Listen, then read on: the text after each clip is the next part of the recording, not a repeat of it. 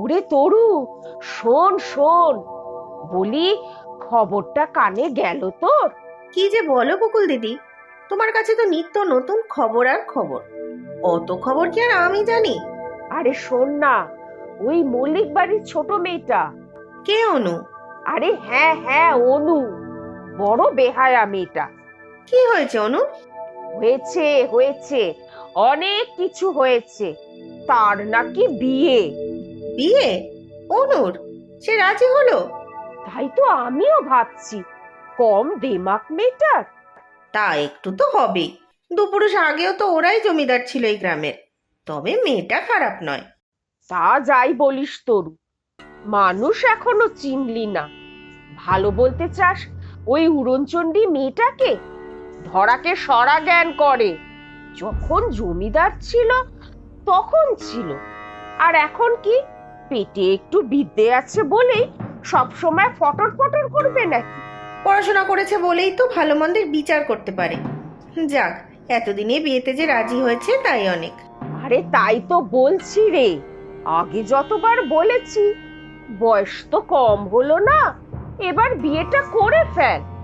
অনু ততবার মুখ বেঁকিয়ে বলতো, বিয়েটাই জীবনের সব নয়, আগে নিজের পায়ে দাঁড়াই। সেটা ঠিকই বলতো। আমি নিজে আমার জীবন থেকে বুঝি। থাক সে কথা। কেন, আমি কোন খারাপ আছি শুনি? সেই কোন কালে বিয়ে হয়ে এই গ্রামে এসেছি, গ্রামের সবার হাঁড়ির খবর আমার নখো দর্পণে। কেউ বেশি ট্যাপ ফু করতে পারবে না এই বকুলের কাছে। হ্যাঁ, বাবারে বাবা, এই বকুল দিদি একেবারে নারদ মুনি। অনুকে একদম দেখতে পারে না। তোর মতি গতি কি বলতো? হ্যাঁ, বিয়ের রাতে আবার পালিয়ে যাবি না তো? সে পালাতেও পারি, তবে এখন পর্যন্ত সেরকম কোনো মতলব নেই। কি জানি বাপু, আমার নাত জামাইয়ের কথা একবার ভাবিস কিন্তু। ইস, এখন বিয়েই হলো না, এখনই তাকে একেবারে নাচ জামাই বানিয়ে এত দরদ দেখাচ্ছ? ও মা, তাতে কি? রাহুল তো আজ নয় কাল আমার নাত জামাইও হবেই। বড় ভালো রে ছেলেটা। আচ্ছা, তোমাকে বশ করে ফেলেছে নাকি? চিনলে না জানলে না, একদিনে দুটো কথাতেই ভালো ছেলে বানিয়ে দিলে। ওরে অনু, বয়স কি আর আমার কম হলো রে? এখন মানুষ চিনব না তো আর কবে চিনব?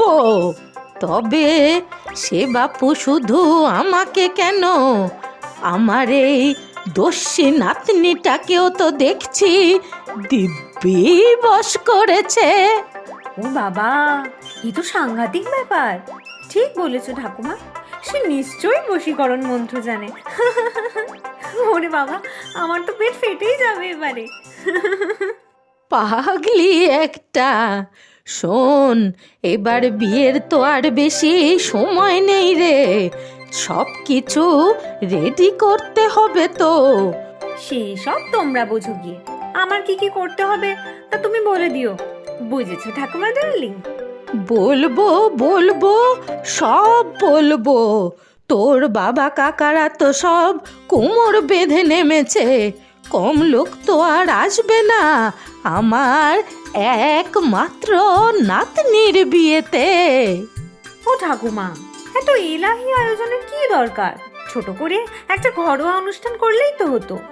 সে তো করতেই হতো, তবে কি বলতো, বংশের একমাত্র মেয়ে তুই, তোর বিয়ে হবে, আত্মীয় স্বজন বন্ধু বান্ধব প্রতিবেশীরা সবাই আসবে, খাবে দাবে মজা করবে, সেটাই বা কম কি বল?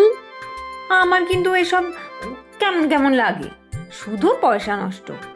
ধুর বোকা, তোর বাপ কাকাদের কি টাকা পয়সা কম আছে রে? পয়সা বাঁচিয়ে রেখে কি করবে বল? হ্যাঁ, স্বর্গে তো আর নিয়ে যাবে না। তা বলে আমাকে সংসার দিয়ে সবাই ঢং করবে? না রে না, এসব সামাজিক রীতিনীতিরও অনেক সুফল আছে। এসব প্রথা তো যুগ যুগ ধরে চলে আসছে।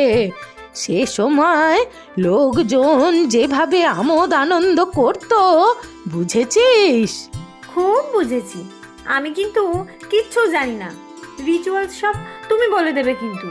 আরে সে হবে হবে, আমি আছি তো রে। আর হ্যাঁ, তোমরা যত লোকজন ডাকবে সে ডাকো, আমি কিন্তু আমার 100 জন অতিথি ডাকবো।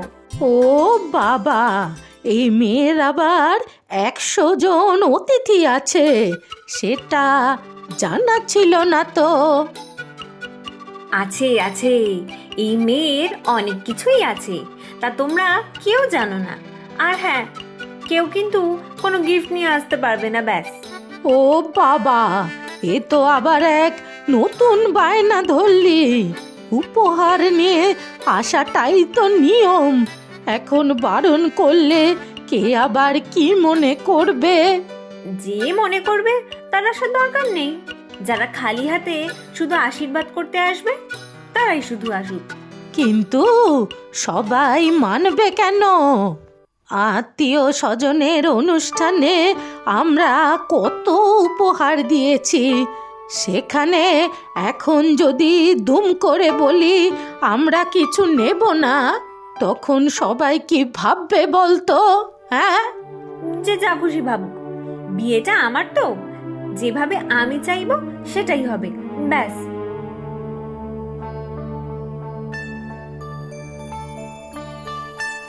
ওরে তরু, শোন শোন, বেহায়া মেয়েটার সাহস দেখেছিস? আবার কি হলো? শুনলাম বিয়েতে নাকি কোনো উপহার নেবে না। মরণ, আমি তো উপহারের জন্যই বসে থাকি। কে কি দেয় ঝাঁপিয়ে পড়ে দেখি। সে তার ব্যাপার, তাতে আমাদের কি? কি অহংকার, বুঝেছিস? কি জানি বাবা, আমার তো মনে হয় অনুর বেশ আত্মসম্মান আছে। শুধু শুধু উপহার দিয়ে কি হবে? আত্মসম্মান না ঢং। বিয়েতে লোকে উপহার দেবে, সেটাই তো স্বাভাবিক। আর উপহার কেউ ছাড়ে?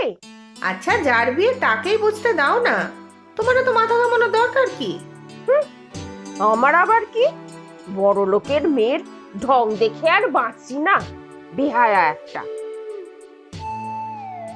ওরে পাগলি, এই দেখ তোর মা কি সুন্দর একটা বেনারসি কিনে এনেছে, একেবারে লাল টুকটুকে বউ লাগবে তোকে। ওরে বাবা, এইসব জবরজং শাড়ি পরতে হবে আমাকে? কেন ঠাকুমা, মানে সালোয়ার বা জিন্স টপ পরলে হয় না? বেকার বেকার টাকা খরচ। ওরে বাবা, কি যে সব বলিস বুঝি না। বিয়ে করবি, বেনারসি পরবি না? আর তোর মায়ের তো একটা শখ আহ্লাদ আছে নাকি?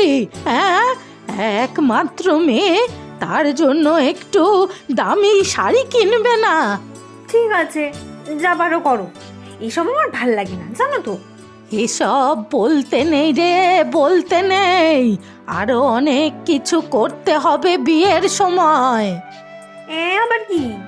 এই তো রাজ্যের লোকজন ডেকে ডেকে খাওয়াবে, এই ভারী শাড়ি পরে সংসারে বসে থাকতে হবে, এত করেও হচ্ছে না। আজকালকার ছেলে মেয়ে তোরা কি যে সব বলিস বুঝি না, জানিও না।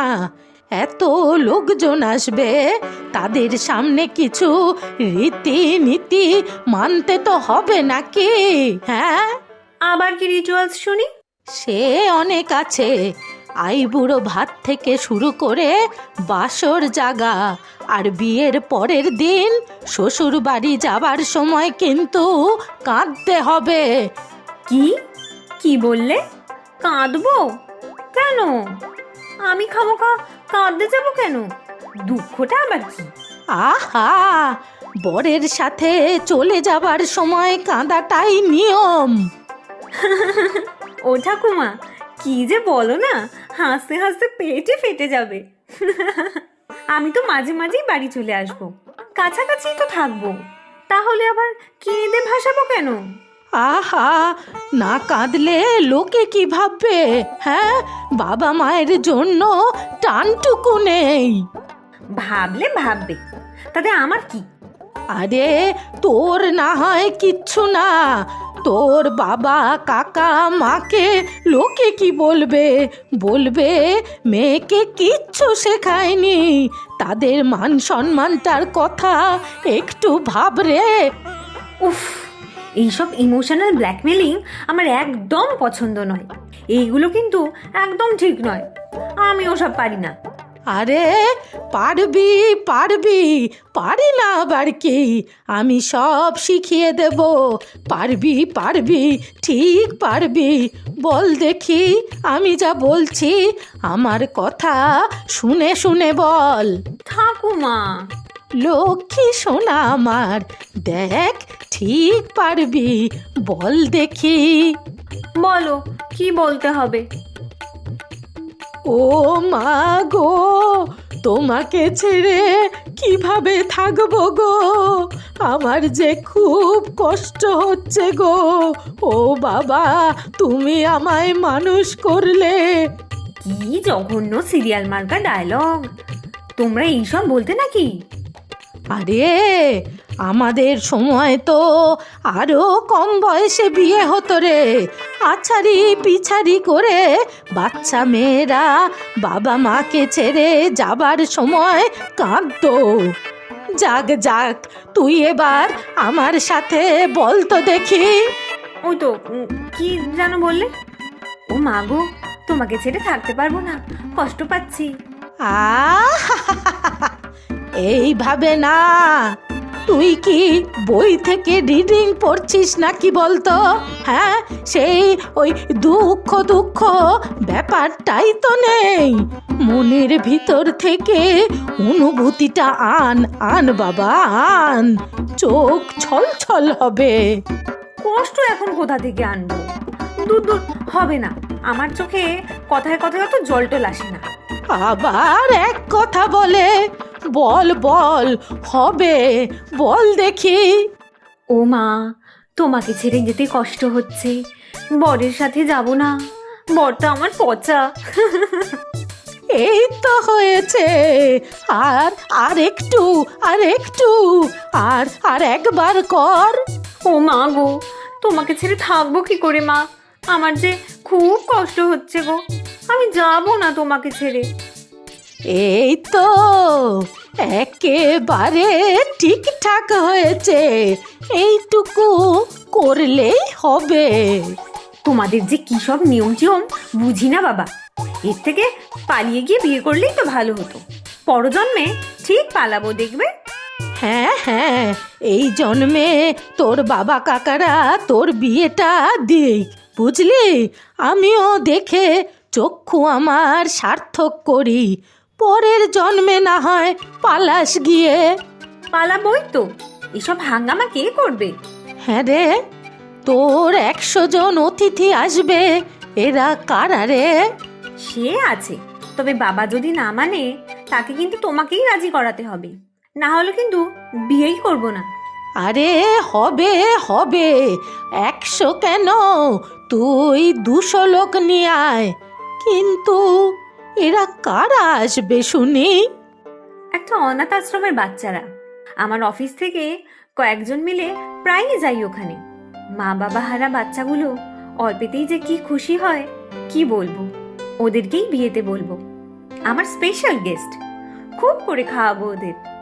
এ তো খুব ভালো কথা রে। তোর ওই গেস্টদের কোনো অযত্ন হবে না, দেখিস। আমি নিজে দেখব ওদের। তুমি খুব ভালো গো ঠাকুমা। আহারে, অনাথ বাচ্চারা আসবে, তাহলে তো শুধু খাওয়া নয়, ওদের জন্য নতুন জামা কাপড়ও আনতে হবে। আচ্ছা, তোর কাকাকে দিয়ে আনিয়ে নেব, কেমন?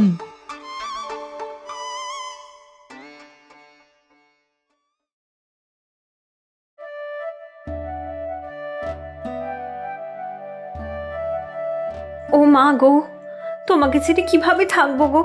আমার যে আমার যে খুব কষ্ট হচ্ছে গো। আমি আমি যাব না গো। না, পাগলিটা আর শুধরালো না। দেখছিস তরু, কেমন বেহায়া মেয়ে।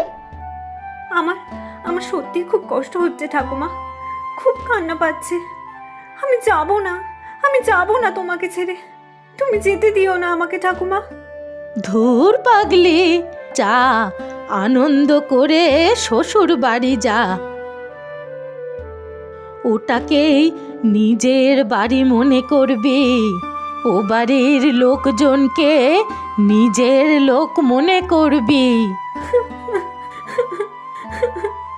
যাক, এতদিনে মেয়েটা আমার বড় হলো। ও বকুল দিদি, তুমি আবার কাঁদছো কেন? ও তুই বুঝবি না, বলেছিলাম না অনুটা খুব বেহায়া মেয়ে, খুব বেহায়া। প্রচুর সঠিক উত্তরদাতাদের মধ্যে থেকে আমরা বেছে নিয়েছি 10 জনের নাম। গল্পের নাম ফুলকপির মুচমুচে সিঙ্গারা। নামগুলি হলো দিশি বাংলাদেশ থেকে, বাণী সরকার কালনা পূর্ব বর্ধমান পশ্চিমবঙ্গ থেকে, বিন্দন সাহা সিরাজগঞ্জ বাংলাদেশ থেকে, আকাশ আফরিন ঢাকা বাংলাদেশ থেকে, সুস্মিত পাল হরিরামপুর দক্ষিণ দিনাজপুর থেকে, নুসরাত আলী ঋতু নোয়াখালী বাংলাদেশ থেকে, রিয়া হক ঢাকা বাংলাদেশ থেকে, সৌভিক মণ্ডল কাটোয়া পূর্ব বর্ধমান পশ্চিমবঙ্গ থেকে, প্রীতি পাবনা বাংলাদেশ থেকে, দেবিকা মণ্ডল কৃষ্ণনগর পশ্চিমবঙ্গ থেকে। আজকের প্রশ্ন, অনু কেন কেঁদেছিল? তোমরা প্রশ্নের উত্তরের সাথে নিজের নাম আর কোথায় থাকো সেটাও লিখে জানাবে কিন্তু।